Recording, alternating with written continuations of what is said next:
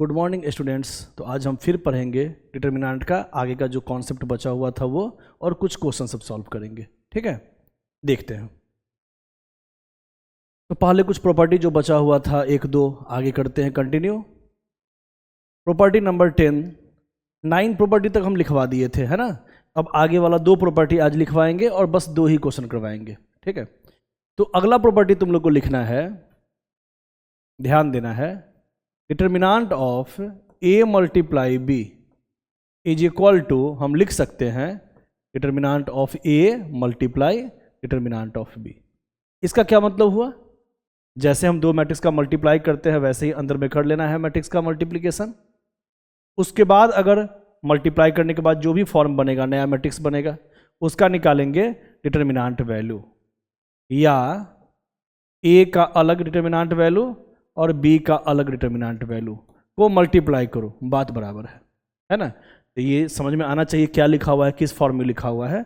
यहाँ 2 मैट्रिक्स का मल्टीप्लाई, पहले मल्टीप्लाई कर लो 2 मैट्रिक्स को, एक नया मैट्रिक्स बनेगा, उसका निकालो डिटर्मिनेंट वैल्यू, या determinant of a multiply determinant of b करो, बात बराबर है। ठीक है, अब ये 2 में 3 में 4 में कितना भी मैट्रिक्स के फॉर्म में अप्लाई हो सकता है।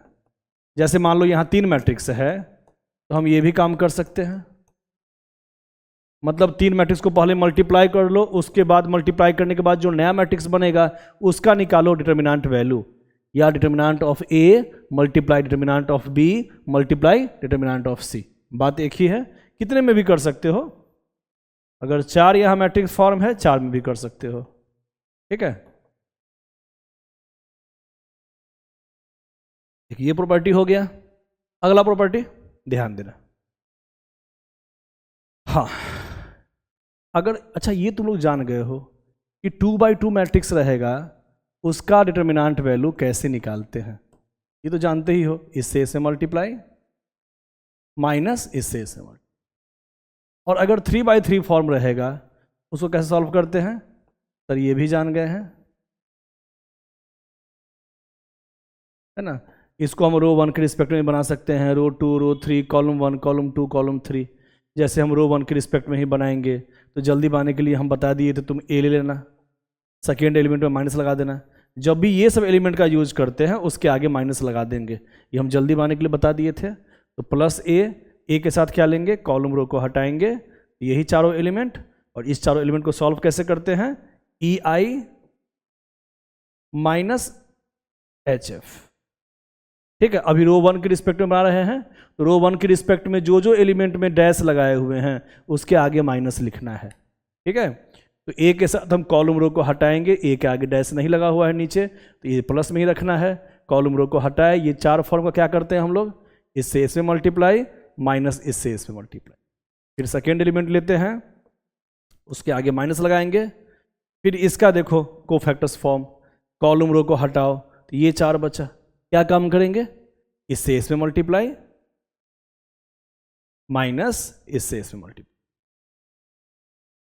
ठीक है, फिर प्लस सी। तो जब भी यहां एलिमेंट लिखते हैं उसके आगे माइनस लगाते हैं, ये नहीं कि अब क्रॉस मल्टीप्लिकेशन में भी माइनस लगा देना, वो काम नहीं करना। बस अभी रो 1 के रिस्पेक्ट में बना रहे हैं तो ए के साथ आया है, कॉलम रो को हटा के इतना मल्टीप्लाई इतना माइनस इतना मल्टीप्लाई इतना। फिर बी के आगे सिर्फ माइनस लगाए हैं, है ना। कॉलम रो को हटाएंगे तो इससे इससे मल्टीप्लाई माइनस इससे इससे मल्टीप्लाई। और फिर सी के साथ आगे प्लस लगाएंगे और कॉलम रो को हटाएंगे तो यही चारों बचेगा, इसका करो क्रॉस मल्टीप्लिकेशन, तो डी एच माइनस ई जी। तो सर ये तो सॉल्व करना हम लोग जानते थे, है ना, ये दोबारा क्यों बता रहे हैं, क्योंकि अब हम बताने जा रहे हैं कि इसके आगे तुम 4x4 मैट्रिक्स कैसे सॉल्व करो, उसका डिटर्मिनेंट वैल्यू कैसे निकाले, 5x5 का वैल्यू कैसे निकाले, है ना। अगर ये 4x4 होता, अगर 4x4 होता, मान लो यहाँ होता 1 2 3 4 5 6 7 8 9 10 11 12 13 14 15 16। यहाँ देखो इसका ऑर्डर क्या है, 4x4 है ना, 4 रो है और 4 कॉलम है। इसका कैसे निकालेंगे डिटर्मिनेंट वैल्यू, तो जब भी ये एलिमेंट लेते हैं, अच्छा रैंक के साथ हम पूरा लिख ही देते हैं, ठीक है। 1 लेंगे, एकदम बेसिक से बता रहे हैं, ध्यान देते रहना, बस ध्यान देते रहना। 1 लेंगे, ले लिए, रो 1 के रिस्पेक्ट में ही बता रहे हैं, रो 1 के रिस्पेक्ट में बनाओ या रो 2 के रिस्पेक्ट में या किसी कॉलम के रिस्पेक्ट में, आंसर तो सेम ही आना है। कैसे सॉल्व करेंगे ध्यान देना। 1 ले लिए, अभी हम रो 1 के रिस्पेक्ट में बना रहे हैं, विथ रिस्पेक्ट टू रो 1 इसके रिस्पेक्ट में सॉल्व कर रहे हैं, ध्यान देना। 1 ले लिए, -1 का पावर कितना लिखें, इसका क्या पोजीशन है, फर्स्ट रो फर्स्ट कॉलम, 1 1, तो 1 + 1 2 जैसे पहले सॉल्व किए थे। फिर इसके कॉलम रो को हटाओ, ये पूरा फॉर्म लिखाएगा, कौन सा फॉर्म, 6 7 8 10 11 12 14 15 16। मतलब जैसे 3/3 कर रहे थे ना, वैसे ही 4/4 भी होगा, 5/5 भी होगा, सारा फॉर्म एक ही होगा। काम एकदम वैसे ही करना है। कैसे, जैसे 1 के साथ कॉलम रो को हटाएंगे और -1 का पावर कितना देंगे, इसका पोजीशन है 1 1, फर्स्ट रो फर्स्ट कॉलम, तो 1 + 1 जोड़ के ऊपर लिखना होता है -1 का पावर, और कॉलम रो को हटा के जो बचता है उसको डिटरमिनेंट फॉर्म में रखते हैं। फिर सेकेंड एलिमेंट लेंगे 2, -1 का पावर कितना देंगे, इसका क्या पोजीशन है, फर्स्ट रो सेकेंड कॉलम, 1 2, तो 1 + 2 कितना हो गया 3। अब इसमें भी यही काम करना, इसके कॉलम रो को हटा देना, तो क्या बच गया 5 9 13 है ना, कॉलम रो को हटाए हैं तो 5 9 13, 7 11 15 और 8 12 16। देख लो 2 के साथ कॉलम रो को हटाए हैं, यही सब जो बचा है उसको यहाँ लिख दिए। मतलब जैसे 3/3 था वैसे ही 4/4। 3 के साथ -1 का पावर, इसका रैंक क्या है, first row third column, 1 3 rank है, तो 1 + 3 कितना हो गया 4, -1 का पावर 4। अब इसके कॉलम रो को हटाएंगे तो लिखो 5 6 8 जो बच गया, सो 9 10 12 13 14 16। हाँ, इसके बाद क्या करेंगे देखो तो, फिर 4 लेंगे, -1 का पावर क्या लेंगे, इसका रैंक क्या है, पोजीशन क्या है, फर्स्ट रो फोर्थ कॉलम, तो 1 + 4 5, जो पोजीशन होता है उसको जोड़ देते हैं, इसका पोजीशन है 1 4, फर्स्ट रो फोर्थ कॉलम, तो 1 4 को जोड़ेंगे 5 और जोड़ने के बाद -1 का पावर बनाएंगे और फिर अंदर क्या लिखेंगे, 4 के कॉलम रो को हटा के जो बच गया वही लिख देते हैं। तो लिख देंगे हम 5 6 7 9 10 11 13 14 15, है ना। उसके बाद इसको तो सॉल्व करना जानते ही हो, डिटरमिनेंट का सॉल्व करना, इसको अलग सॉल्व करना पड़ेगा, मल्टीप्लाई करना पड़ेगा, इसको अलग पूरा सॉल्व करना पड़ेगा, जो भी रिजल्ट आएगा उसको इससे मल्टीप्लाई करना पड़ेगा, फिर 4 के साथ अलग, मतलब जो भी है अलग अलग सॉल्व करना पड़ेगा, मतलब बहुत लेंदी जाएगा। इसका प्रोसेस यही है, इसको याद रखना है। बस प्रोसेस बता दिए हैं, ये सब जल्दी पूछता नहीं है, वैसे कंपटीशन में कभी कभार पूछता है, ठीक है। ये सब तुम्हारे बोर्ड एग्जाम में नहीं पूछेगा 4/4 का, लेकिन बहुत स्टूडेंट का रिक्वायरमेंट था कि सर ये भी बता दीजिए, तो बता दिए हम, ठीक है। 4/4 हो 5/5 हो, ऐसे ही तुम लोग सॉल्व कर सकते हो। अच्छा एक चीज़ और, अगर यही डायगोनल्स फॉर्म में होता, मतलब डायगोनल्स का एलिमेंट सिर्फ नॉन जीरो होता, बाकी सारा जीरो होता। ध्यान देना हम क्या कह रहे हैं, कुछ ऐसा फॉर्म होता मान लो,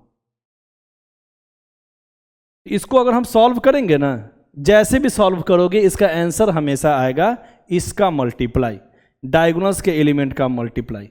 मतलब डायगोनल्स मैट्रिक्स का डिटरमिनेंट वैल्यू है ना, डायगोनल्स मैट्रिक्स क्या होता है, ऐसा स्क्वायर मैट्रिक्स जिसके डायगोनल्स के अलावा सारा एलिमेंट जीरो हो, डायगोनल्स के अलावा सारा एलिमेंट जीरो, उसका अगर निकालते हैं डिटरमिनेंट वैल्यू जिसके डायगोनल्स के अलावा सारा एलिमेंट जीरो हो, तो उसका हमेशा आंसर आएगा डायगोनल्स के एलिमेंट का मल्टीप्लिकेशन, है ना। चाहे वो कोई भी हो, 2/2 हो, 3/3 हो, 4/4 हो, कोई भी फॉर्म हो, क्या आएगा इसका आंसर a × b। अगर यही 4/4 होता मान लो,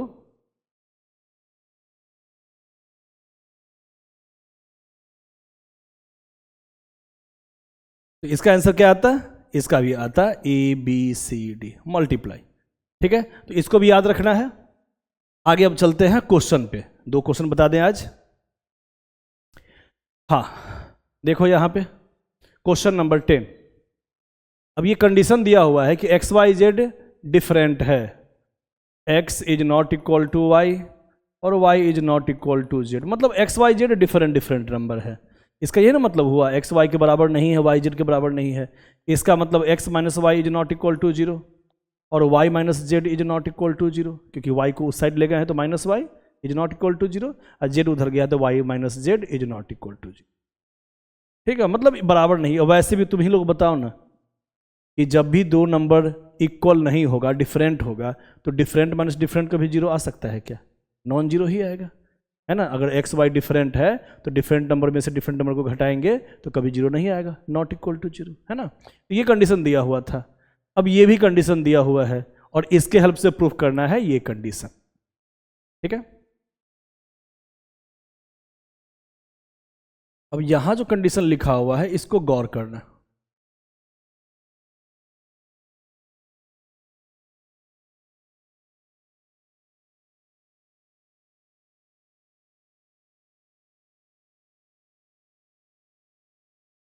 अच्छा, इसको दो पार्ट में ऐसे लिख सकते हैं क्या? देखना, एक्स एक्स क्यूब एक्स का power 4, Y Y cube Y to the power 4, Z Z cube Z to the power 4 plus X X cube minus 1, Y Y cube minus 1, Z Z cube minus 1। कर सकते हैं क्या? देखो तो, property बताए थे ना लास्ट क्लास में, हम बताए थे ये प्रॉपर्टी कि यहाँ पे अगर दो पार्ट लिखा हुआ हो एक ही कॉलम में चाहे एक ही रो में, तो एक पार्ट को पहला वाले में लिख दिए और दूसरे पार्ट को दूसरे वाले में लिख दिए, और बाकी जो सेम फॉर्म है ये दो फॉर्म उसको सेम ही रखना है। प्रॉपर्टी में बता चुके हैं, ये कॉलम 1 कॉलम 2 सेम है दोनों का, और जो जिसमें दो पार्ट है उसका एक पार्ट पहला में दूसरा पार्ट दूसरे में रख दिए, प्लस हो या माइनस हो। ये भी कर सकते थे कि -1 कॉमन लेके यहाँ लिख देते माइनस, और यहाँ 1 1 1, वो भी कर सकते थे। ठीक है, तो ये प्रॉपर्टी हम बता चुके हैं, जब भी एक में दो दो पार्ट लिखा हुआ हो तो एक पार्ट को अलग और दूसरे पार्ट को अलग डिटरमिनेंट फॉर्म में रख सकते हैं, अब बाकी दो फॉर्म को सेम रखते हैं। ठीक है, अब इसको सॉल्व किया जाए। इसमें से x कॉमन ले लें तो क्या बचेगा? 1 एक्स स्क्वायर एक्स क्यूब। इसमें से y कॉमन लो तो बाहर 1 वाई स्क्वायर वाई क्यूब। यहाँ से z कॉमन ले लो 1 Z square Z cube plus यहाँ इसमें से एक काम करें, अच्छा इसमें प्रॉपर्टी लगा देते हैं। ठीक है, इसमें हम रो 1 की जगह लिख दें रो 1 माइनस रो 2। ठीक है, रो 1 में से रो 2 को माइनस करो तो, हाँ, रो 1 में से रो 2 माइनस करो तो यहाँ हो जाएगा x माइनस वाई, और स्पेस दे दें यहाँ पे, हाँ, रो 1 में से रो 2 घटाओ सामने सामने तो x माइनस वाई, इसमें से ये घटाएंगे तो हो जाएगा X cube minus Y cube, और इसमें से ये घटाएंगे तो 0। ठीक है, अब R2 की जगह हम लिख सकते हैं R2 माइनस R3। इस R2 में से R3 को घटाओ तो हो जाएगा यहाँ y माइनस जेड, इसमें से ये घटाएंगे तो क्या हो जाएगा Y cube minus Z cube, और इसमें से ये घटाएंगे तो 0, और बाकी जो है वो तो लिख ही देंगे, क्योंकि हम जानते हैं, हम पहले से जानते हैं कि एक लाइन में डबल 0 लाना है, तभी तो हम उसको सॉल्व करते हैं। तो डबल 0 हम ले आए, रो 1 में से रो 2 माइनस किए तो यहाँ 0 आ गया, और रो 2 में से रो 3 माइनस किए तो यहाँ भी 0 आ गया। ठीक है, इसको हम सॉल्व नहीं करेंगे क्योंकि ये हम तुम लोग को डायरेक्ट लिखवाए भी हुए हैं। अगर तुम बेसिक से चाहते हो बनाना तो रो 1 माइनस रो 2 कर दो और रो 2 माइनस रो 3, यहाँ भी डबल 0 आ जाएगा, लेकिन अभी हम वो नहीं करने वाले हैं। क्यों नहीं करने वाले हैं? क्योंकि इसका डायरेक्ट हम फॉर्मूला लिखवाए हुए हैं। इस फॉर्म का कॉपी में देखना, पीछे वाले फॉर्म में है ना, पीछे वाले क्लास में इसका फॉर्म हम लिखवाए हुए हैं। 1 X square X cube 1 Y square Y cube 1 Z square Z cube वाला फॉर्म रहेगा, तो इसका आंसर आता है X minus Y minus Z Z minus x into x Y plus Y Z plus Z X, है ना। Circular determinant में, circular determinant में ये फॉर्म का हम आंसर लिखवाए हुए हैं, X minus Y into Y minus Z into Z minus x into x Y plus Y Z plus Z X. ठीक है, इसका वैल्यू नहीं तो निकाल भी सकते हो, जैसे इसमें काम किया है ना वैसे ही इसमें भी काम करते अभी तो निकल जाता है, R1 में से R2 घटाते, लेकिन हम जब हम जानते हैं तो डायरेक्ट लिख दिए इसका फॉर्मूला। ठीक है, आगे इसको भी एक्सपेंड करो तो चलो इसको अब सॉल्व कर दो डायरेक्ट। तो कॉलम 3 के रिस्पेक्ट में इसको हम सॉल्व कर रहे हैं, तो पहले 0 लेंगे, फिर यहाँ के एलिमेंट में लगाते हैं माइनस, फिर यहाँ -1 है तो वो लिखेंगे, ठीक है। तो 0 मल्टीप्लाई कॉलम रो को हटा के इतना मल्टीप्लाई इतना माइनस इतना मल्टीप्लाई इतना करना था, लेकिन वो नहीं किए हैं क्योंकि 0 मल्टीप्लाई एनीथिंग तो 0 ही होता है। फिर से यहाँ पे लगाते हैं माइनस, इसका यूज जब भी करते हैं तो आगे माइनस लगाते हैं ना, क्योंकि ऑड उसका रैंक होता है, ऑड पोजीशन होता है। तो 0 मल्टीप्लाई एनीथिंग 0, 0 मल्टीप्लाई एनीथिंग 0, और -1 के साथ क्या लेंगे, कॉलम रो को हटा के इतना मल्टीप्लाई इतना, इतना मल्टीप्लाई इतना, minus y minus Z multiply this form, ठीक है। -1 के साथ कॉलम रो को हटाएंगे, इतना मल्टीप्लाई इतना, माइनस इतना मल्टीप्लाई इतना,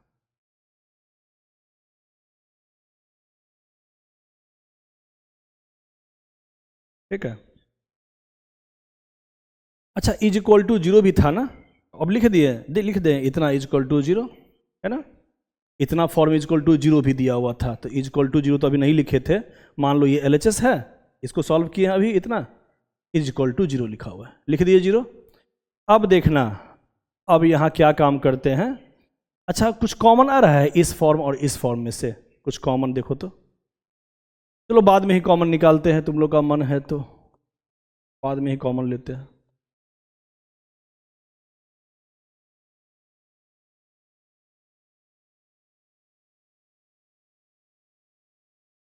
ठीक है, ये फॉर्म ले लिया, यहाँ पे -1 के साथ। अच्छा, ये -1 के साथ तो इतना मल्टीप्लाई इतना माइनस इतना मल्टीप्लाई इतना था, है ना। इसको ब्रैकेट में रख देते हैं, -1 के साथ this multiply this minus this multiply this, ठीक है। तो यहाँ माइनस में आ गया।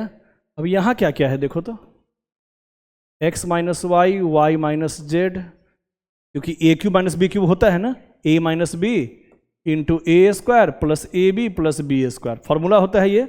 Y cube minus Z cube क्या हो जाएगा, Y minus Z into Y square plus Y Z plus Z square. ठीक उसी प्रकार इसका भी लगाओ फॉर्मूला। ये तो वैसे ही लिख दिए हैं वाई माइनस जेड,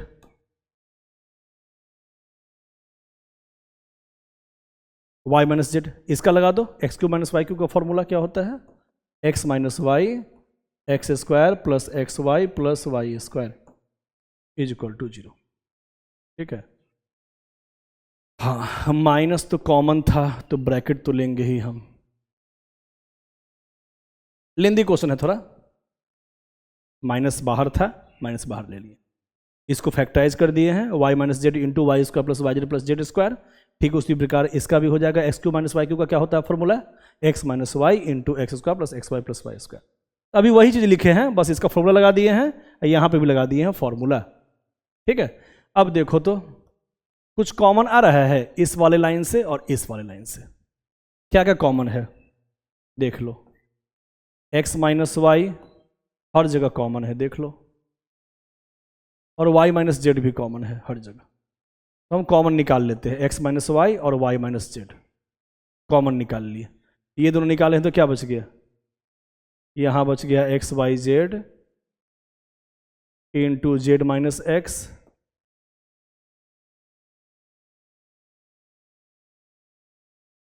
ठीक है। ये दोनों कॉमन ले लिए तो ये तीनों बच गया, लिख दिए हैं। फिर माइनस करके इधर क्या बच गया देखो तो, ये दोनों कॉमन ले लिए हैं तो ये बच गया होगा, और ये दोनों भी कॉमन निकाल लिए हैं तो ये बच गया होगा,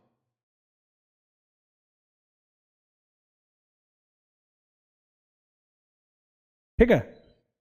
तो दोनों दोनों कॉमन ले लिए हैं, और जो बच गया है this form minus this form, जो भी बच गया वो लिख दिए हैं देख लो।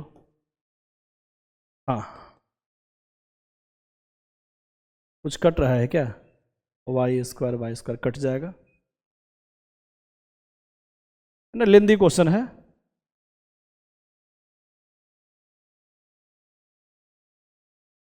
X Y Z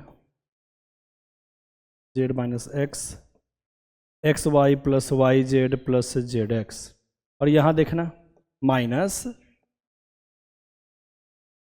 Z square minus x square, इसको हम एक जगह लिख देते हैं, ठीक है, Z square minus x square, इसको एक जगह लिख दिए हैं। और यहाँ पे जो फॉर्म था y z minus x y इसको हम दूसरे जगह लिख दिए, ठीक है। Z square minus x square को एक जगह लिख दिए हैं और y z minus x y को एक जगह लिख दिए।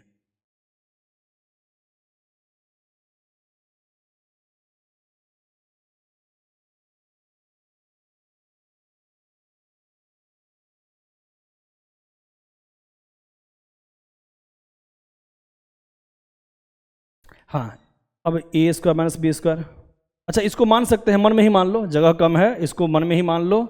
Z minus x into z plus x, इसमें तो कोई आपत्ति नहीं। अब इसमें से अगर हम कॉमन लेते वाई तो कितना बचता है, जेड माइनस एक्स ही बचता है।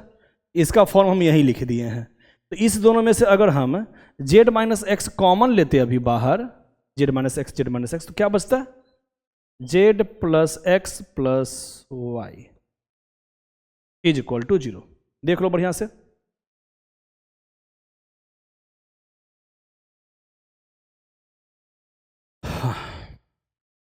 ठीक है। तो ये बन गया था Z minus x into z plus x, इसमें से वाई कॉमन लिए थे जेड माइनस एक्स दोनों में से कॉमन बाहर निकाल दिए हैं, तो बच गया z plus x plus y, वो अंदर में लिख दिए हैं, ठीक है।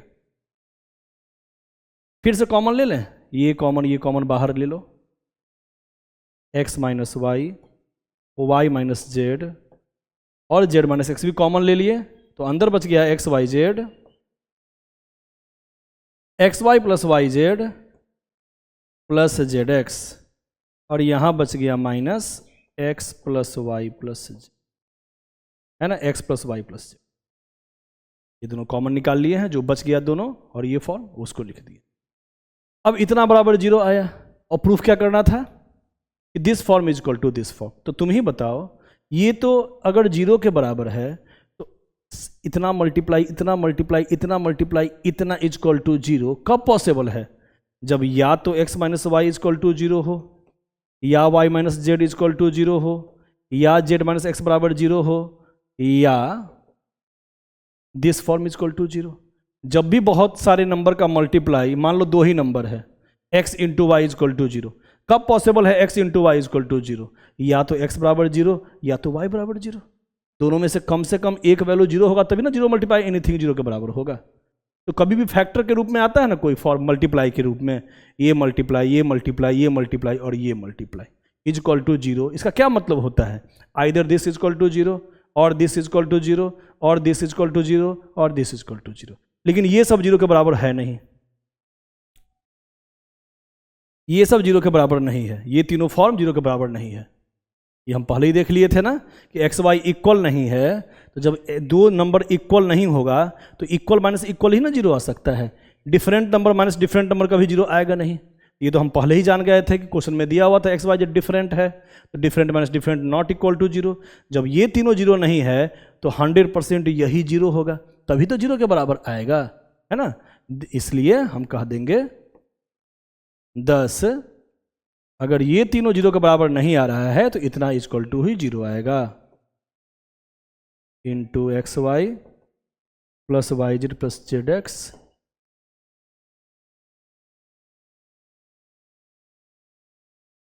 Equal to 0।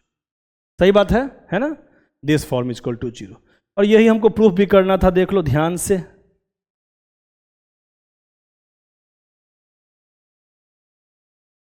यही फॉर्म हमको प्रूफ भी करना था। यही माइनस वाला फॉर्म उधर जाएगा तो प्लस में दिस फॉर्म ऐसा दिखेगा, ठीक है, यही हमको प्रूफ करना था। दिख रहा है ना, ऊपर कर देते हैं थोड़ा,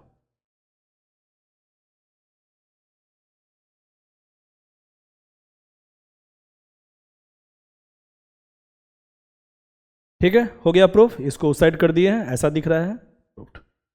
ठीक है, अगला क्वेश्चन। तो चलो एक क्वेश्चन हम दे रहे हैं अपने मन से, देखो कैसे करेंगे, कैसे बनाएंगे, कैसे बनाया जाए। यूजिंग प्रॉपर्टी इसको सॉल्व करना है, सॉल्व करते हैं। तो सबसे पहले हम क्या करते हैं, 3 फॉर्म इक्वल लाएंगे तभी तो 0 0 0 आएगा। 3 में से कम 2 0 तो आना ही चाहिए किसी एक रो या एक कॉलम में, है ना। तो कैसे बनाया जाए, एक काम करें, हम कॉलम 1 में लिख दें, column 1 plus column 2 plus column 3, इसका निकालना है डिटर्मिनेंट वैल्यू, है ना, मैट्रिक्स फॉर्म नहीं है, डिटर्मिनेंट फॉर्म है। इसका निकालना है डिटर्मिनेंट वैल्यू। ये सब तो ठीक था। हाँ, इसका निकालना है डिटर्मिनेंट वैल्यू। तो कॉलम 1 में कॉलम 2 कॉलम 3 को जोड़ो तो जरा, इस तीनों को जोड़ो। कॉलम 1 में कॉलम 2 कॉलम 3 को सामने सामने जोड़ना होता है। इस तीनों को जोड़ेंगे तो हो जाएगा 2x + 2y, 2x + 2y ऐसा दिखेगा ना। इसको जोड़ेंगे तो 2x + 2y, 2 कॉमन ले लिए हैं, x + y। इस तीनों को भी जोड़ेंगे तो वही आएगा, और इस तीनों को जोड़ेंगे भी तो यही आएगा। तो बन गया क्वेश्चन, बहुत आसानी से बन गया। क्योंकि जब भी सेम आता है तब हमको दिक्कत नहीं होता है बनाने में। इसको हम कॉमन बाहर निकाल लेते हैं, सबसे बढ़िया। बाहर निकाल लिए तो यहाँ 1 1 1, यहाँ y x + y, x + y x और x, ठीक है। कॉमन निकाल लिए, बाकी सब सेम रहा। अब डबल जीरो लाना है एक रो या एक कॉलम में, तो R1 की जगह लिख दें R1 - R2। देख लो, इस R1 में से R2 घटाओ, 1 - 1 0, इसमें से ये घटाएंगे तो हो जाएगा -x, और इसमें से ये घटाएंगे तो हो जाएगा y। अब R2 की जगह लिख दो R2 - R3, तो इस R2 में से R3 घटाओ, 1 - 1 0, इसमें से ये घटाएंगे तो y, और इसमें से ये घटाएंगे तो x - y, और जो बाकी है वो तो सेम रहेगा। अब डबल जीरो आ गया, अब इसको एक्सपेंड कर सकते हैं, सॉल्व कर सकते हैं।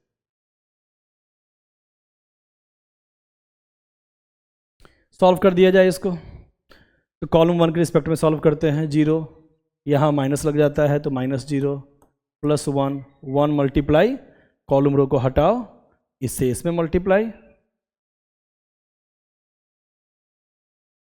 माइनस इससे इसमें मल्टीप्लाई, माइनस इससे इसमें मल्टीप्लाई। देख लो, है ना। 1 के साथ रो कॉलम को हटाए हैं तो इससे इसमें मल्टीप्लाई, माइनस इससे इसमें मल्टीप्लाई, वही लिखे हैं। ठीक है, आगे सॉल्व करते हैं। 2x + y इंटू यहाँ क्या क्या बच गया देखो तो, -x² + xy -y², है ना। यही तुम्हारा आंसर आ गया। लेकिन इसमें थोड़ा दिमाग लगाओ कि इसमें से अगर हम माइनस कॉमन ले लेंगे, इसमें से अगर हम माइनस कॉमन ले लेते हैं तो क्या बचेगा, x² - xy + y²। मान लो इसमें से -1 हम कॉमन ले लिए, x² - xy + y, यही बचेगा। और ये तो फॉर्मूला होता है, ये तो फॉर्मूला होता है। किसका फॉर्मूला है, a + b × a² - ab + b², a³ + b³, है ना। a³ + b³ ही होता है a + b × a² - ab + b²। अब -1 को आगे लिख दो, यही तुम्हारा आंसर हो। ठीक है, देख लो बढ़िया से। तो आज के लिए इतना ही। Okay, thank you.